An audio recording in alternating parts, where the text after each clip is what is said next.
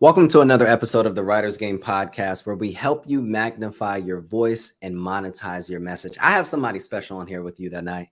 I have somebody on here that is a friend, an award-winning leadership coach, a consultant, an inspirational speaker, and somebody that is using his story to be able to transform the college experience. In his new book, he's going to be talking about some amazing things that are necessary for any parent, any upcoming student, anybody that is in the college network. This person needs to be able to be in your next speaking topic. He needs to do your next workshop, and he needs to be able to help you understand how to create a transformative college experience. Dante, how you doing, brother? I'm wonderful, Kyle. Thank you for the introduction. How are you? Man, I am fantastic. So I have a question for you. Before we get started, how would you introduce yourself without any title so that people could best understand who you are? I first start with my family. I'm a husband to my incredible, lovely wife named Sarah. I'm a child to parents who set a wonderful example for me, who continuously invested in me, are perfect examples of the power of unconditional positive regard for your child, regardless of what they do and the mistakes they make. I'm a brother to two incredible siblings, and I can go on and on about the power my family's had and the support they've shown for me. But in terms of without talking about my title and trying to find other ways to describe me without my relationship to others, I think I'm also an example of how powerful a personal transformational experience can be. And it all happened through me during the college experience. And so I'm really excited to share that part of the story. So before you even get to the college experience, what were your expectations going into college before you went? Yeah, I had some interesting expectations because I had an older brother. His name's Anthony. He's about 3 years older than me. Okay. So when he was a freshman in college, I was a sophomore in high school. And so I used to go visit him. I'm like 15 years old, and I'm going to visit my brother in college. And he was like the founder of a fraternity there. And so, and Towson, he went to Towson University. It's a little bit of a bigger school than the one I went to. And so I would go visit him. And of course, what do you do when your little brother comes to college? You take him to parties. And so I'm 15 years old, and I'm like drinking at college parties. And I just had a real, and mind you, I didn't see the Monday through Friday, the work and all that. I only saw the parties. And so I'm not blaming my brother or anyone else for any of that, but I did, between media and all those other things, and then my personal experience, have a very false idea of what college is supposed to be. And it was reflected in how I approached it when I first got there. That's interesting. So talk to the audience about what is, just in your experience, what is college supposed to represent and stand for? So I want to start by the narrative we tell and how it conflicts with what I truly believe first. So we kind of tell people that you go to college to get a job. It's like the beginning of your training for your professional career. Mhm. But the truth is, based on the data, only 18% of college students go to school, graduate with the major they started with, and get a job using that degree.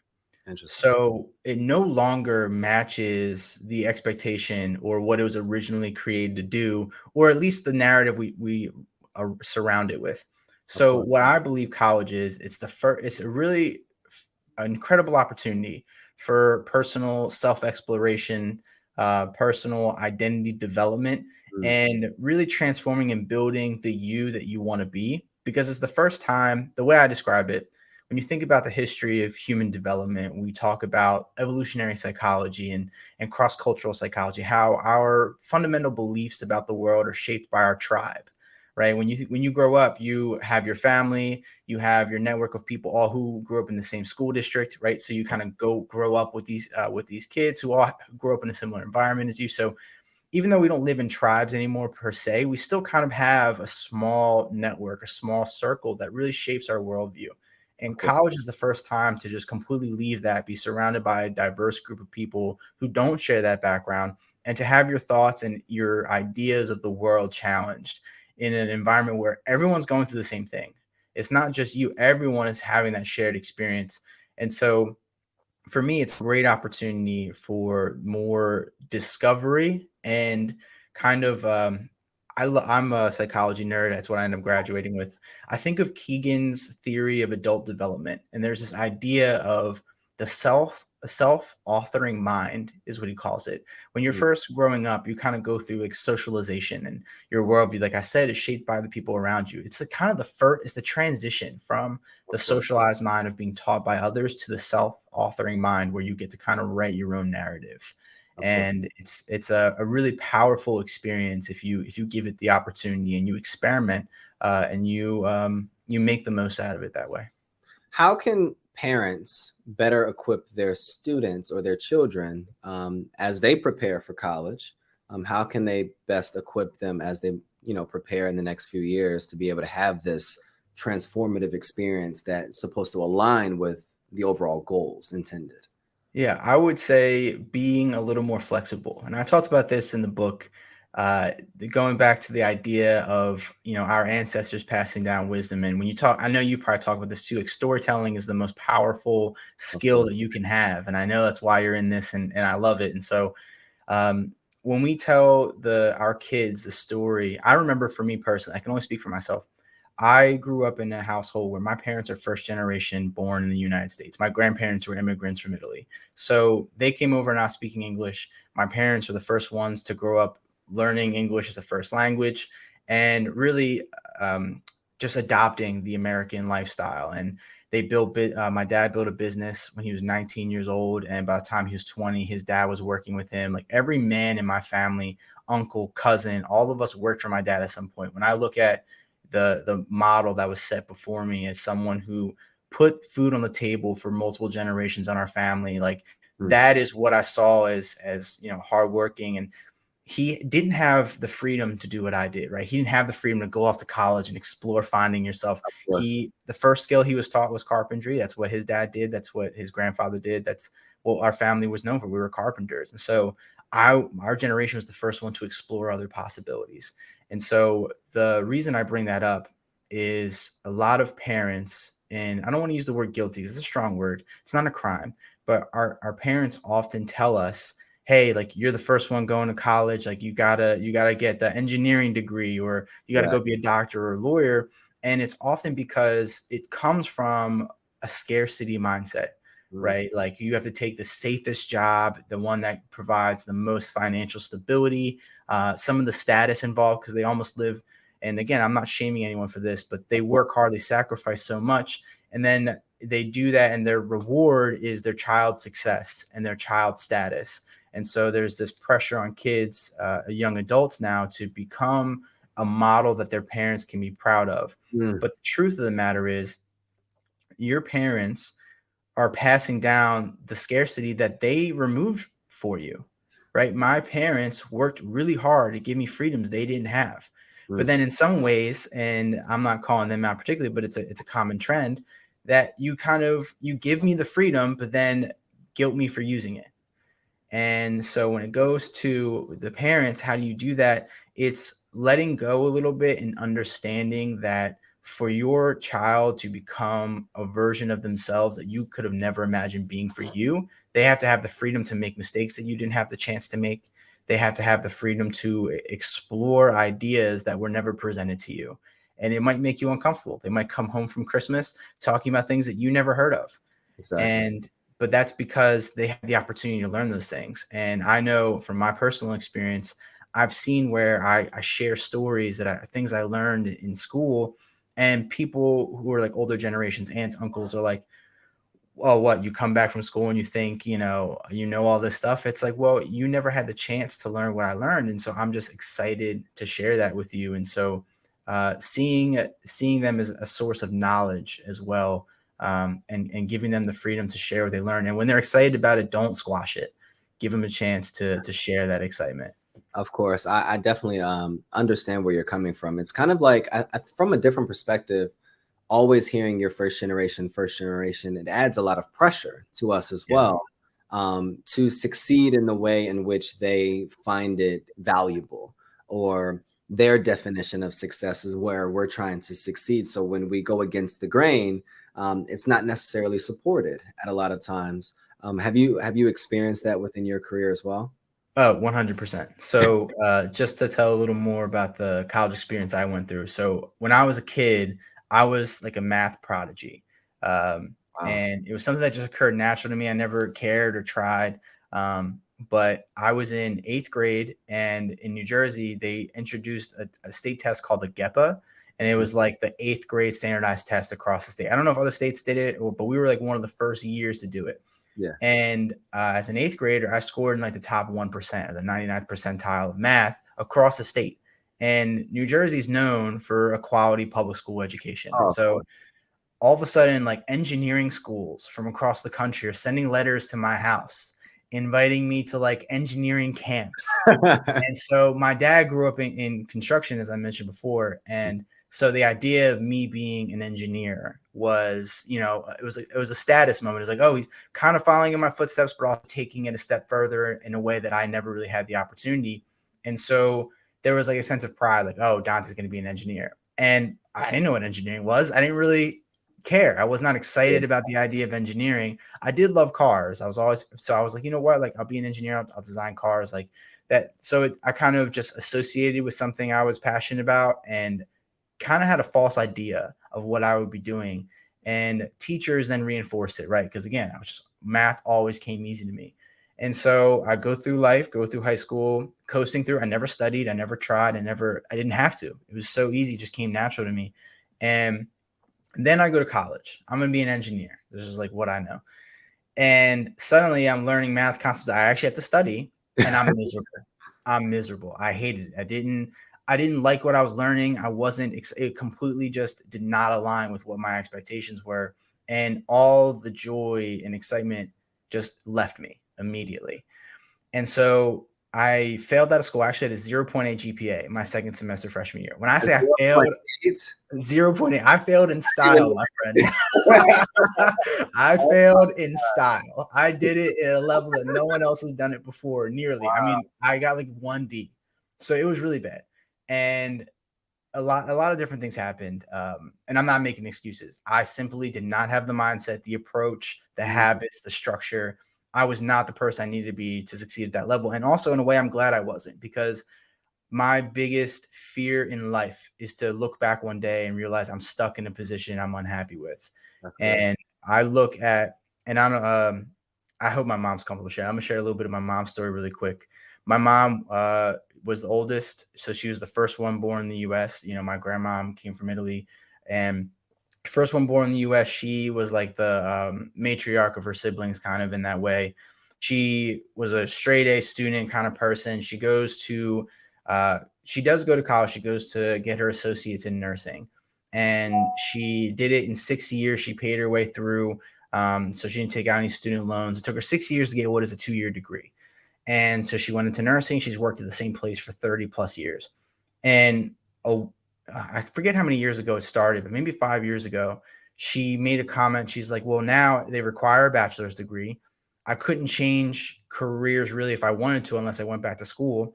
And I couldn't even change jobs because another hospital probably won't hire me because I don't have a bachelor's. And so she's like, I'm stuck and I hate it where I work. And that to me sounds like a nightmare. And there's so many people, and my mom's just an example that's close to me, but there's countless examples across the country of people who have kids who want to provide the same lifestyle for their kids, but hate their careers. But if they transition careers, they'd have to take a step down. They can't financially afford that lifestyle anymore, and they don't want to put their family through that, so they're stuck. That to me is a nightmare. That is not what I want. And so my goal has been to retire my mom. So that's what inspires me. And so going back to what we were talking about before with like, oh, did you experience any shame? You know, after I failed out of engineering school, I kind of explored ideas and I fell upon psychology. I loved my first psychology course. So now imagine the look on someone like my dad's face. You're the first generation. Your parents spoke Italian at home. You worked really hard. You got your kid. You know, my dad paid. I don't pretend to be self-made, by the way. I never will. My dad paid for private school. I go off to an expensive college, and because my grades sucked in high school, I didn't get too many scholarships. You know, so like I financially, like my dad provided a tremendous amount, and he with all this pride, like, oh, my son's gonna be an engineer. It's gonna be worth it. And then he chooses psychology, a career path that has absolutely no job prospects whatsoever if you go the traditional route.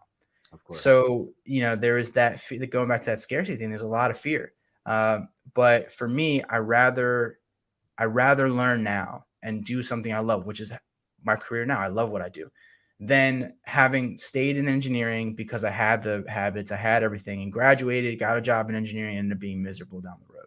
So I think failing out of college, I will attest to every single person, besides the family I was born with, the best thing that ever happened to me is failing out of college and meeting my wife. That's powerful. It's so interesting because we've had multiple conversations, and I never knew that part of the story. Yeah. Um, and if this is your first time being introduced to Dante, he's such a brilliant man. So I would have thought that you went the traditional route and the college and the masters and all of these different things. But such a genuine spirit as well, and a family man, and rooted in values and all of those different things. And you learn so much from those times that didn't necessarily work out. And that's beautiful. And I guess my next question was going to be, what happened? Like what happened from that moment where you failed at, all of this different failure and stacked versus now? Like, walk me through that process of what was the catalyst to your shift of mind and perspective to continue to get you to where you are today. Yeah, absolutely. I'm so glad you asked. So I fail out of college. I'm 19 years old. My mom has to come up to the school to meet with like an academic advisor. I'm 19 years old, and my mom is still coming up to school to talk to some type of professional about my behavior, my performance in school. Wow. And to backtrack a little bit, that was my whole life. My mom has spent countless hours in the principal's office talking to my teachers. And I can't tell you how many times teachers said, like, Dante's one of the smartest kids in the class. He just doesn't try. And I can't motivate him to try. And the truth is, it's because I was never challenged in school, and I wasn't excited about what I was learning. So even if there was a challenge in front of me, it just didn't feel worth it. And I also struggled because, as much as I admired and respected the effort of other people, I never felt like the people that I was learning from are people I wanted to be. And again, that's not meant to be criticism. It was just how I was thinking as a child. I don't condone that behavior now as an adult. But I go up to college. I'm 19. My mom's in this office, and I'm like, my mom doesn't deserve this. Like, she's gone through this long enough. Like, there's time. I have to change. So I had a moment where I really just I said, everything about me has to change. I have to change my approach, my attitude. I have to become a different person. And so I mentioned before, I come from a very privileged background. My parents did a tremendous amount to give me opportunities. I removed myself from that. I moved out of my parents' house. I moved out on my own. I worked 3 jobs, worked my way through school. I talk about in the book, there were weeks where I had $6 to go grocery shopping.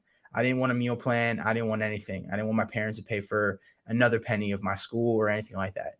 And I lost my scholarship. And I talk about it when I go and I speak to schools. I do this exercise. I ask students to imagine I gave them $100,000 check right now, just handed you with that $100,000, and you're on your way to the bank. You're probably skipping your way to the bank, and someone comes up to you and picks that check out of your hand in your pocket and runs away. What would you do? What would you want to do to that person if you caught them? That's And good. all the kids are like, I would whoop them, and so I'm like, I have to look that person in the mirror every single day. Ooh. Because I did that to me. I lost my scholarship. I lost a year of earning potential. I lost a year of investing in a 401k and IRA. I lost the compound interest. I lost social capital. People lost respect for me, and rightfully so. And so I had this really like eye-opening moment. And so I went through this kind of personal transformation, and I changed my attitude, my approach, my habits. I had to learn how to learn. And I, for the first time, fell in love with learning something. So I fell in love with the learning process and the power of it. And so I just became obsessed with learning. And to continue the story a little bit further, I go through this personal transformation. I become a 4 times Dean's List student, and all that's great. In parallel, I was in a fraternity in college, which probably matches up with the original story that we talked about, the original experience that I associate with college. So I joined a fraternity as one of the largest organizations on campus. The day after I join, we get in trouble for a party. We get suspended for a year. We're not allowed to recruit. Then the next year, we get in trouble for hazing. We get suspended again. We're not allowed to recruit. It's a 4-year cycle, right? For freshman to senior year, typically it's a 4-year cycle. We lost 2 years. So we have almost 2 graduating classes and no recruits. And so our organization goes from being one of the top ones on campus to nearly dying. And so the national organization, for those that don't understand fraternity structures, you have chapters on individual campuses, and then you have like a national organization, like a governing body. So the national organization sending people to our school saying, we're going to shut you guys down if you don't figure this out. And I told the person that came to our school, I said, I want you to understand, if you choose to shut us down, I want you to do one thing for me. Kick everyone else out, keep me, and I'll bring us back. Wow. I said, all you need is me. And the guy looked me in the face and said, I can't stand your arrogance. I despise your arrogance. Fast forward, because of our culture as an organization and what we've been taught and how we approach things, it was embedded in our new member education process. And I told everyone, going back to my passion for learning and development at this point that is now cultivated, I told everyone, I said, listen, we need to change our whole new member education process. We need to remove hazing. It needs to be an empowering experience. We need to build leaders immediately. They need to be instilled with this vision of what our organization ATO is going to become. And it's going to be a big one. And so I took over new member education. They let me remove hazing because we had no other choice really. And I put together this leadership development program. Well, fast forward 2 years, our organization wins its first ever True Merit Award. It's a national award from the national organization. 2 years later, we go from on the brink of being kicked off campus to being closed to being a national award-winning organization in 2 years. And the people who are on the executive board went through my program. And when they won the award, the president called me at the time. He was like, I just want you to know, like, we couldn't have done this without you. It's because of what you taught us, the vision you instilled in us, the belief that you gave us. Like, we're joining a dying chapter, and you said that this resurrection is going to be profound. And I instilled that from the very beginning. And so at this time, I already graduated college. I joined Teacher America. I'm a teacher, and I get this call, and it was kind of a moment. It was like a pivotal moment for me too. So it's beautiful. It's all so serendipitous how everything fell together for me. And now I'm in a position where I joined Teacher America. I'm passionate about community service. I want to make a difference, but I don't know what that looks like.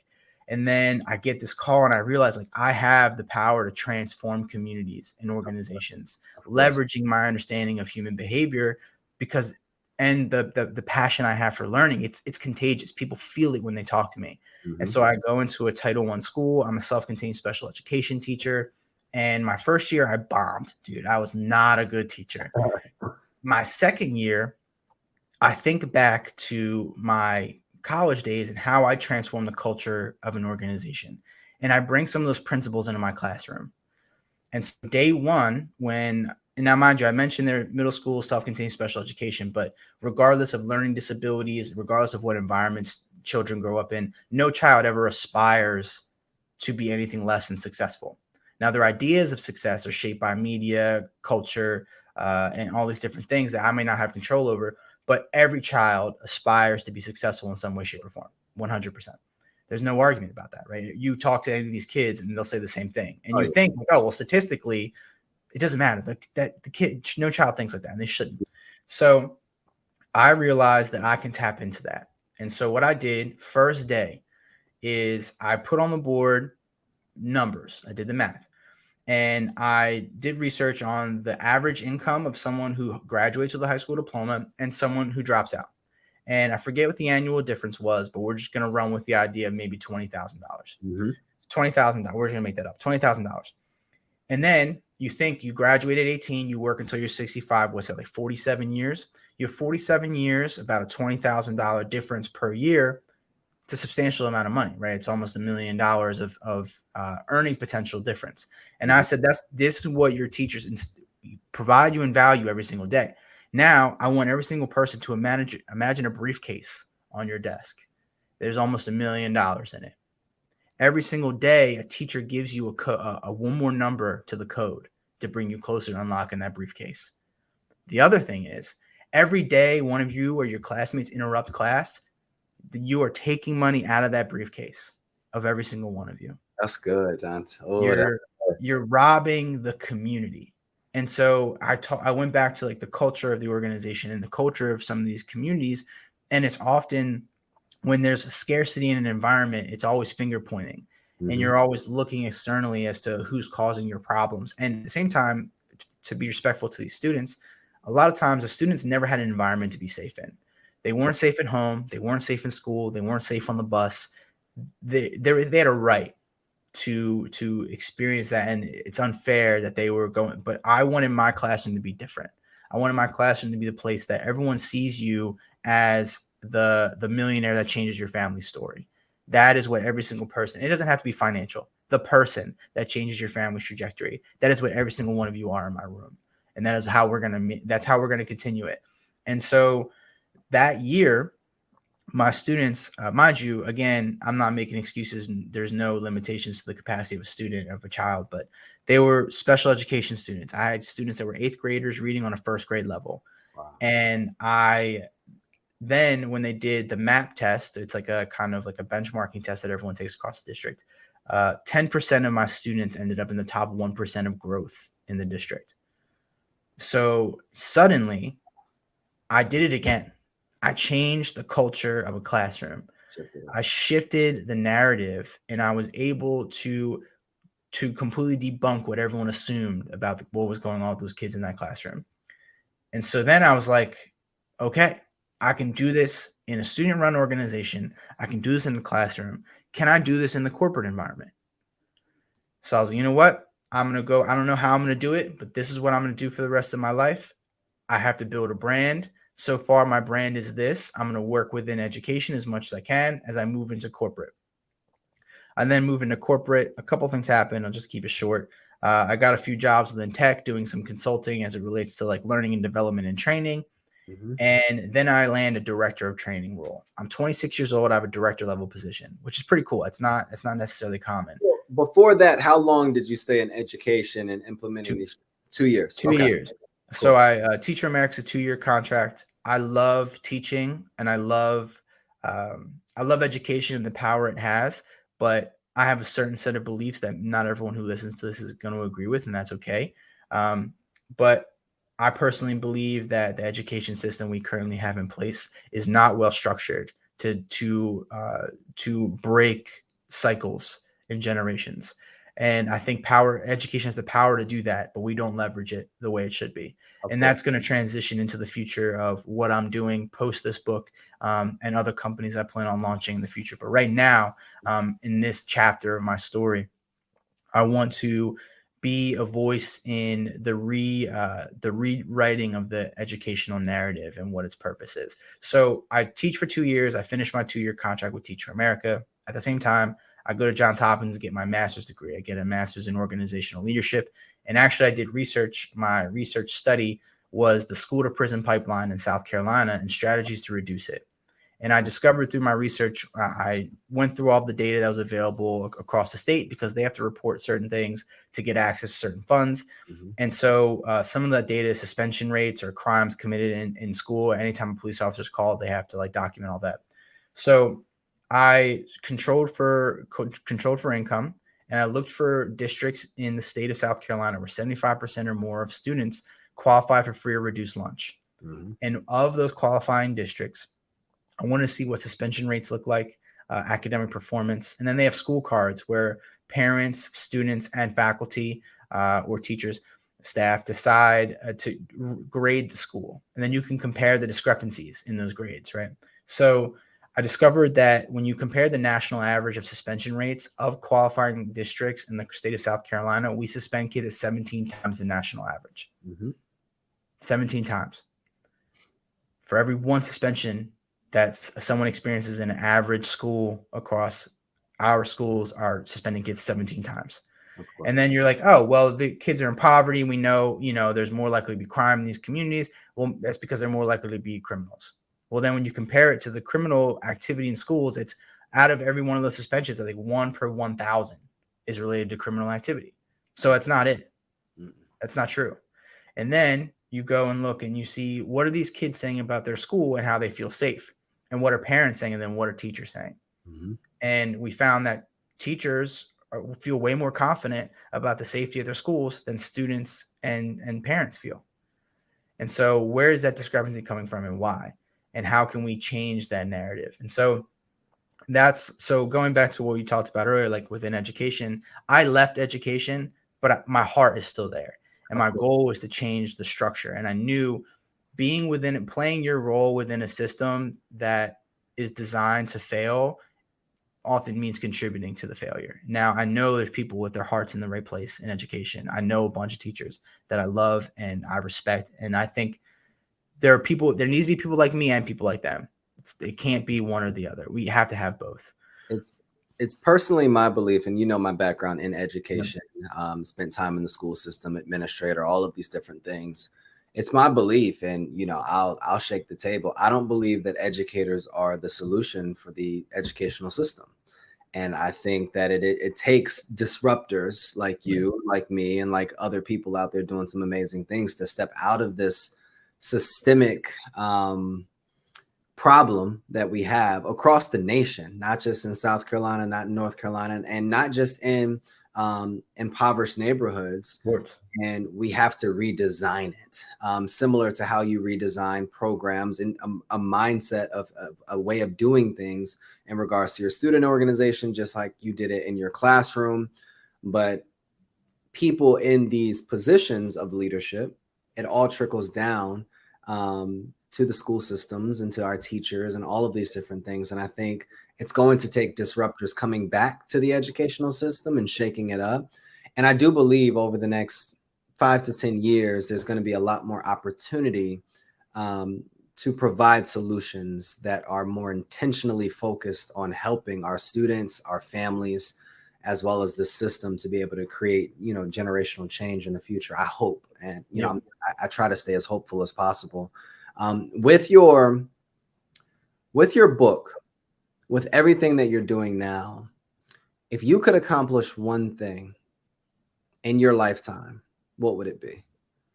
If I could accomplish one thing in my lifetime, what would it be? I would want to redefine what we believe is possible for human beings. And I talk about it on my podcast. It's the Pursuit of Self-Actualization podcast, that we are, and again, I'm trying to walk this line carefully. We are as close to supernatural as it gets. And when you ask a child what superpowers they want to have, they'll tell you, oh, I want X-ray vision. There are people who do X-rays every day. I want to fly, buy a plane ticket. I want super speed, drive a Porsche. Like whatever possibilities we want, we can construct. And the power of that is, I think we almost beat is a strong word, but we almost beat that out of kids from a young age. And we look and we admire like innovative leaders and businesses. But the truth is they kept that. And I want more people to keep that. And I want to design, I want to help create a world in which that is more of that is possible. And I also would like to debunk the argument that you can't have your cake and eat it too. There it is. And there is this one saying, I remember there was a career coach that I still really admire.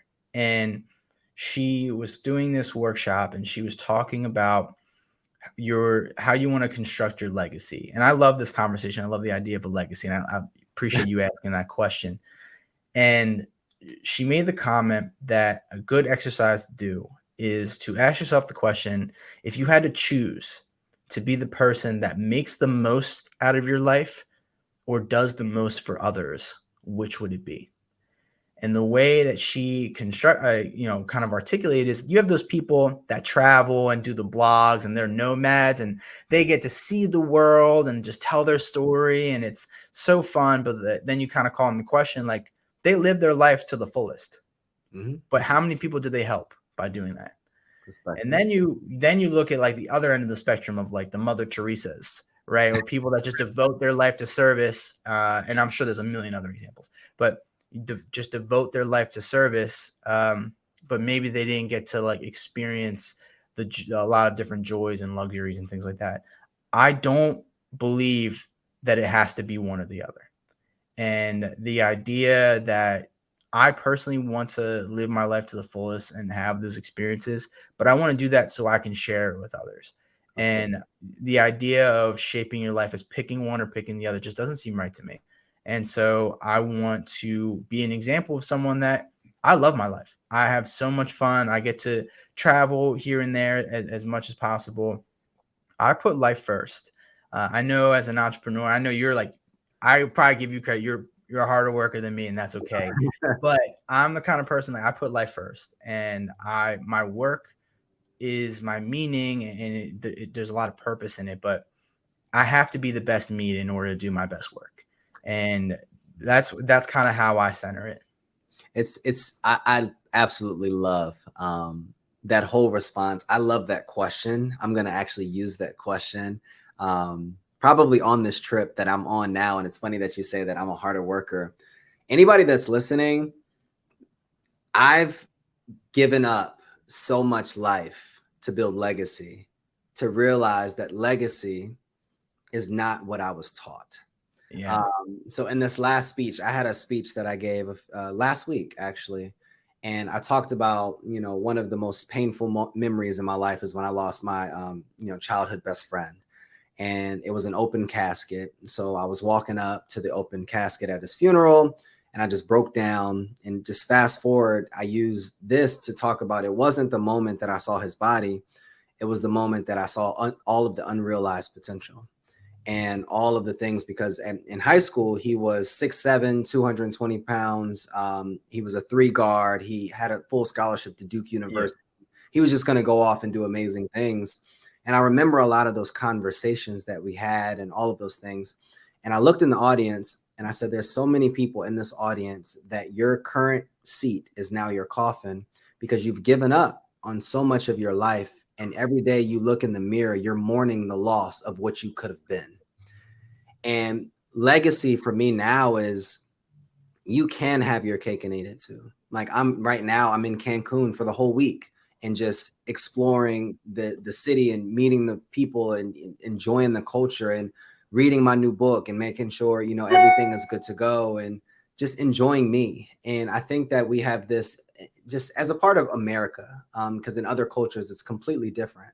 Yep. We've been taught that it's like a productivity contest. And if you're not performing or producing, you're not building this legacy or being successful. But what I've realized is that you're going to build more effectively and intentionally and purposefully when you're taking time to rest and you're taking time to be with your family and you're taking time to just do nothing. Like doing nothing sometimes is the most productive thing to do. So when you said that, I really, really value that as well.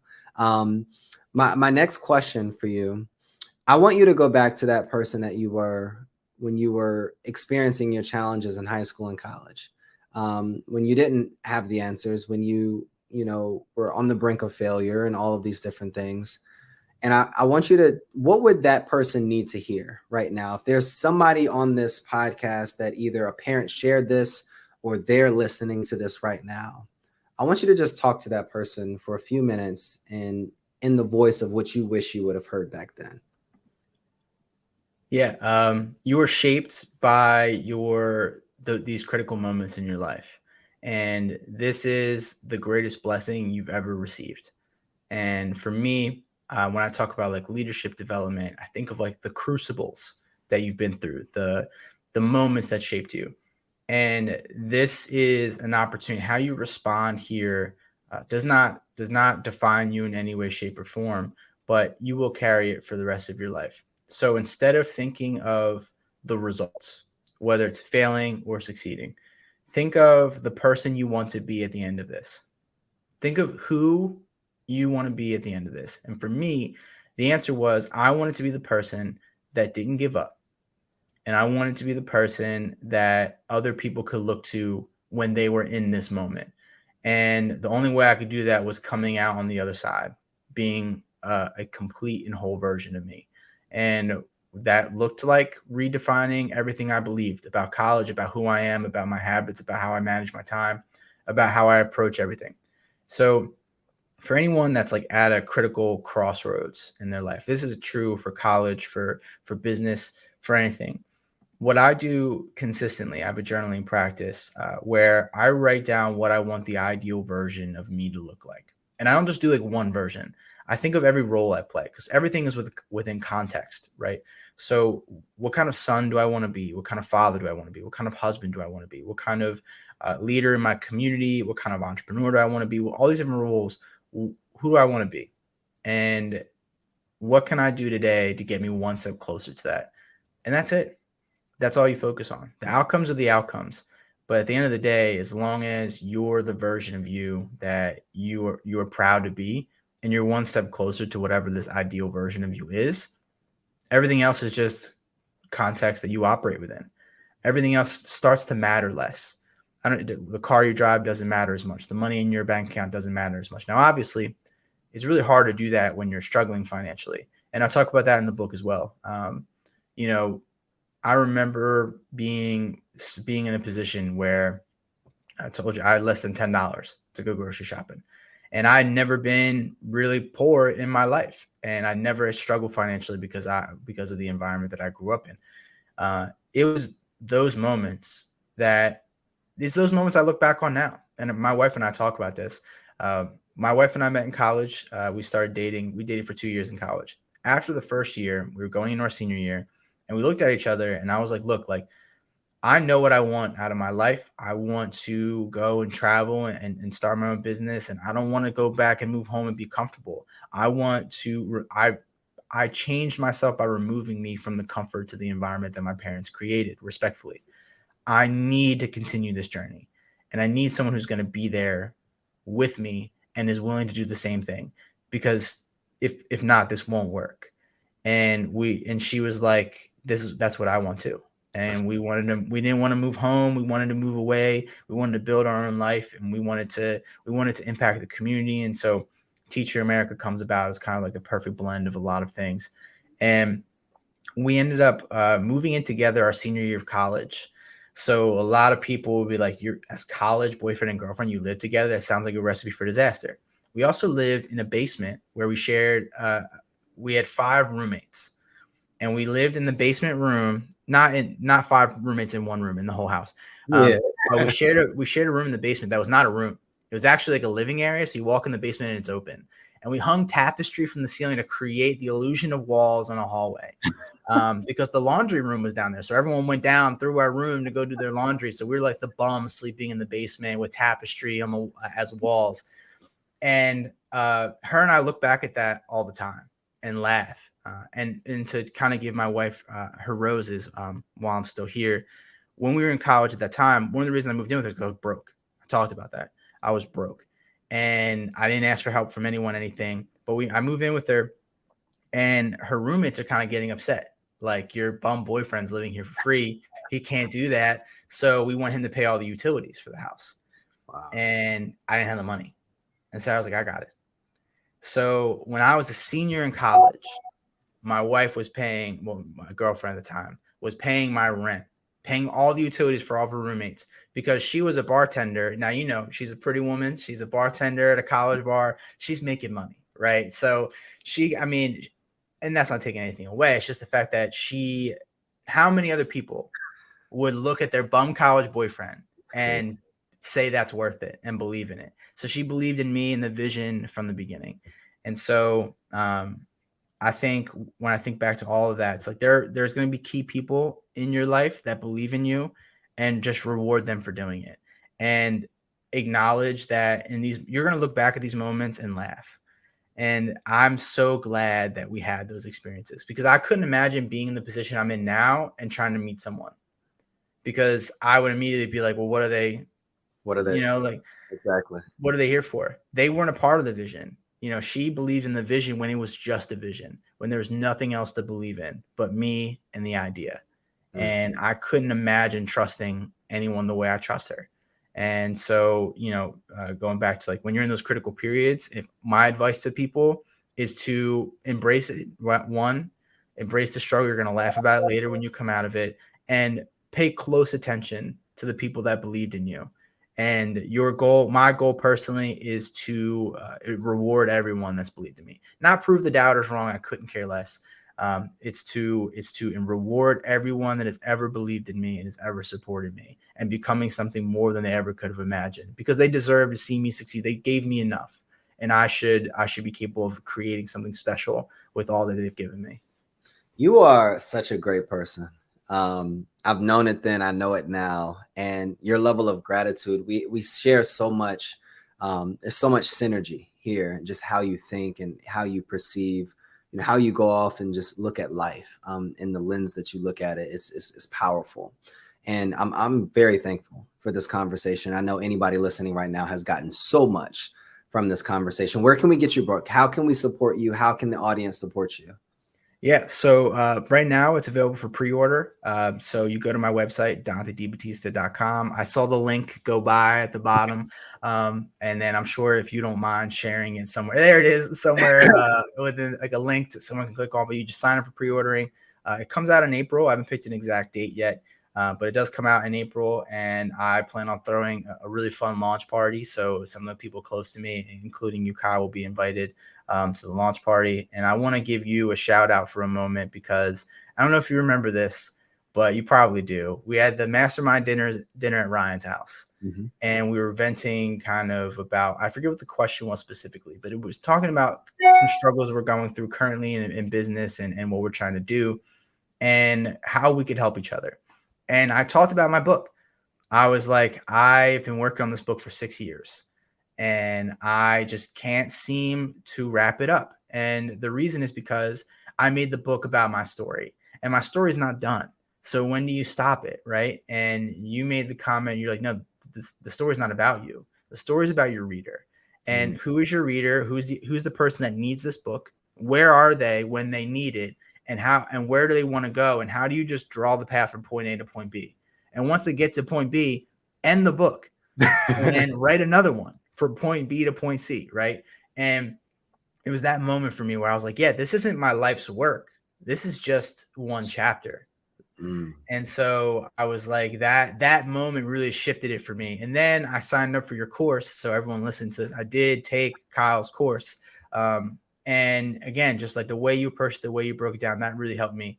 And then I got to a point where I had written so much for this book, and I had written so much, edited it, and I got to a point where I realized I'm really good at writing when it comes to like the act of just doing it. When I'm flowing, oh, yeah. Right? But my problem is going back and creating structure, and all the editing is miserable for me. So for writers out there who have a similar situation for me, just do the writing and pay someone for the editing. And that changed everything for me. Just hiring an editor to do the developmental editing, to do some of the copy editing when it's done. Get the editing done for you. Like, find what you're best at and just kill it, and then outsource the rest. And it was that conversation with you at the mastermind, the course that you put together, and then the just being willing to let go, say, you know what, this is as close to a finished product as I'm going to put together. Let me hire someone else who can polish it for me. And that really changed the game. So I want to give you your credit. Thank you. Man, I really appreciate that. I really appreciate that. It means a lot. It really means a lot for you to publicly say that. And I want to support your book. So let me know how I can support. I know you probably have some copies ready. So I want the copies before April, if possible. I'm going to ask you that publicly. So let me know how I can support, whether I can get 5-10 copies, and then I can send them out to my network as well. And in 2023, we're going to share the stage together. We're going to share the stage. Yeah, 100%. 2023. So we'll figure out something on, on the calendar for sure. So before we close, I want you to close us out. I want your story is powerful. Your story has been so powerful, and everything that you've given us today has been amazing. Anybody still here? The goal of this podcast is to help you magnify your voice and monetize your message. This is another episode of The Writer's Game, but Dante, close us out. Yeah. So one of the things I say when I conclude the book is that your greatness is not your own. It's something you cultivate to share with other people. And so stop making it about you. The same advice Kyle gave me, it's not about you. It's about your end reader. It's about who you serve. And the other thing, this is the day after MLK Day. And so I want to take a moment to highlight the legacy of Martin Luther King and the power of a story, the power of a voice, the power of a dream. I told my mentor years ago, long time ago, that I have goals, dreams, and visions that I won't live to see come true.